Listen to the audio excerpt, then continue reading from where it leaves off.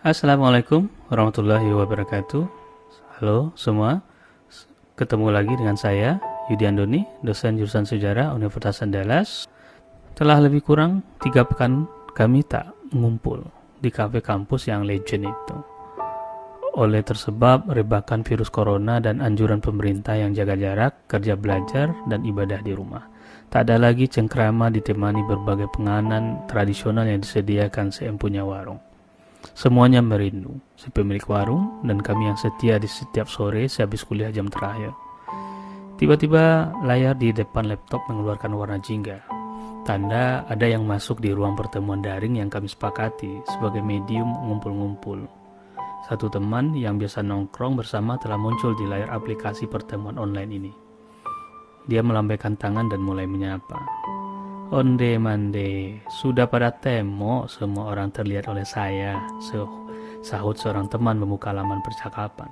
Kami semua ngakak. Ya bagaimana lagi, sudah seperti itu pula keadaan kita saat ini, jawab yang lain. Mancilok saja kerja kita selama ini, baik ndak katemo, kata teman lain. Hah? Apa itu? Ups, kami terlupa. Kalau di ruang percakapan daring ini ada teman yang dari luar Minangkabau. Dia taunya mancilo itu artinya negatif, maling. Bukan maling, tapi makan, buang air besar dan tidur, jelas saya sambil tersenyum. Yang lain malah galak gadang, merasa lucu. Jadi apa berita baru nih? Seorang kawan coba membuka bahan pembicaraan untuk sebuah diskusi.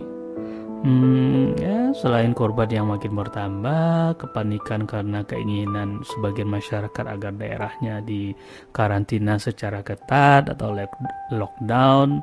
Ya, yang menarik sih banyak info tentang berbagai khasiat tumbuhan kita, jawab seorang teman. Ya, seperti yang saya minum ini. Temulawak tambah madu, lumayan enak. Ini bisa meningkatkan imun kita melawan virus corona. Suaranya nampak tercekik. Dia coba peragakan seperti pembawa acara di TV, tapi yang tampak oleh kami justru ekspresi kecut di wajahnya. Ia melihat kami sembari tersenyum. Yulawa mah, seorang kawan tergelak. Salah satu krisis hebat masa kolonial adalah era Maleset, kata orang Minangkabau kala itu. Pada masa ini, orang-orang kesulitan mendapat uang, sekedar membeli bahan-bahan pokok, terutama yang ada di kota.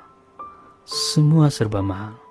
Tapi, hal yang tak pula mendukung perbaikan ekonomi di pedesaan sebagai sentral bahan pangan dihasilkan. Uang sulit, ada krisis uang di tangan. Orang tidak tahu kemana uang larinya. Di berbagai kota-kota di Jawa, para peminta-peminta mengerumuni sudut-sudut jalanan. Penyakit dan kematian berjalan dengan cepat. Sementara pemerintah kolonial hanya mengurusi persoalan internal mereka sendiri karena memang rakyat bumi putra itu di zaman Malaysia adalah beban bagi negara. Rakyat kecil itu tidak memiliki para penolong mereka. Di tengah krisis dan pandemik sosial itu, dukun kemudian menjadi perawat dalam tanda kutip masyarakat yang tengah dihempas gelombang kekalutan. Dukun menawarkan berbagai alternatif yang mereka gali dari kearifan kuno masyarakat bumi putar sejak lama, apa yang mereka sebut dalam tanda kutip spiritual alami. Dalam catatan arsip kolonial, kearifan itu memunculkan obat pandemik sosial melalui yang disebut dengan tuyul. Tuyul adalah obat alternatif yang dipercaya dapat mengobati kekalutan sosial akibat ketiadaan uang yang disimpan para orang kaya ketika itu. Orang-orang kaya menyimpan uang mereka karena takut nanti tidak bisa membeli bahan-bahan kebutuhan hidup mereka di tengah pandemi Malaysia.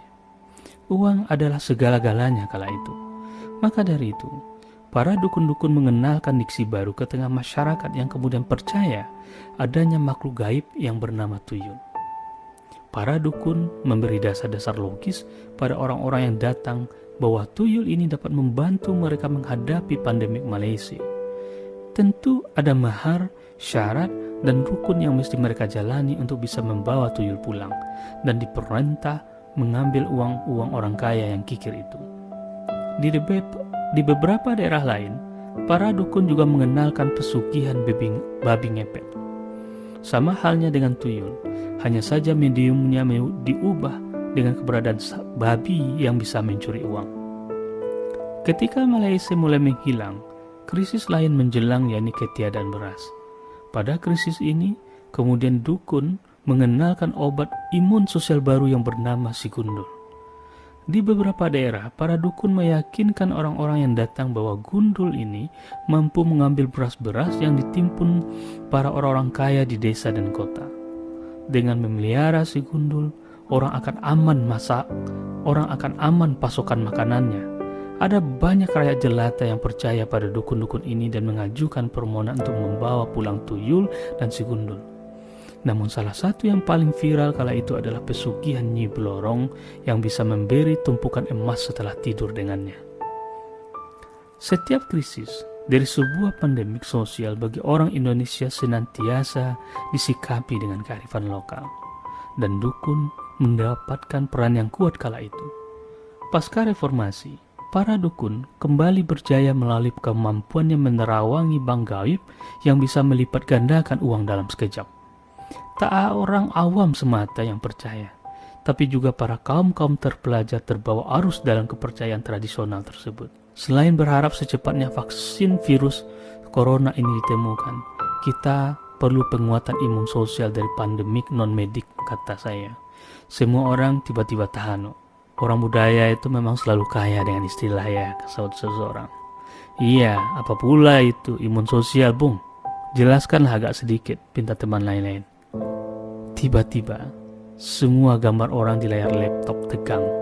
Setelah berulang kali di-refresh, tiba-tiba keluar sebuah notifikasi. Mohon maaf, paket data Anda telah habis, silakan mengisinya kembali. Alamak. Seandainya para dukun juga tahu pentingnya data internet di waktu-waktu kini, entah apa pula yang akan dihasilkan.